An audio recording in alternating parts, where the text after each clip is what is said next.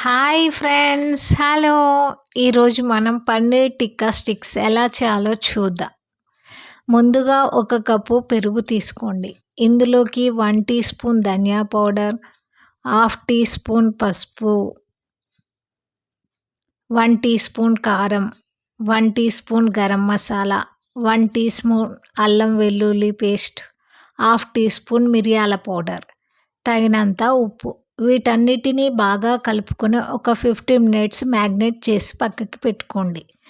ఇందులోకి కావలసిన పదార్థాలు red capsicum, yellow capsicum and green capsicum, paneer cubes, onions, tomato. వీటన్నిటిని మనం క్యూబ్స్ లాగా కట్ చేసి పెట్టుకోవాలి. స్క్వేర్ షేప్లో ఉండాలి, అప్పుడే మనకి స్టిక్స్ బాగా వస్తాయి.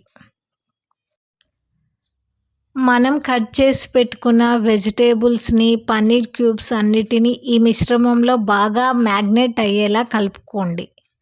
ఒక 10 మినిట్స్ పక్కకు పెట్టండి. వీటిని మనకు మార్కెట్లో దొరికే స్టిక్స్ లభిస్తాయి.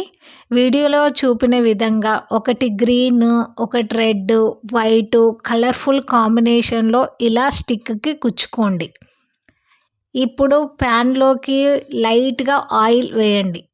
అందులోకి మనం తయారు చేసి పెట్టుకున్న స్టిక్స్ని పెట్టండి. ఈ విధంగా లో ఫ్లేమ్లో ఒక 15 to 20 మినిట్స్ బాగా మగ్గనివ్వండి.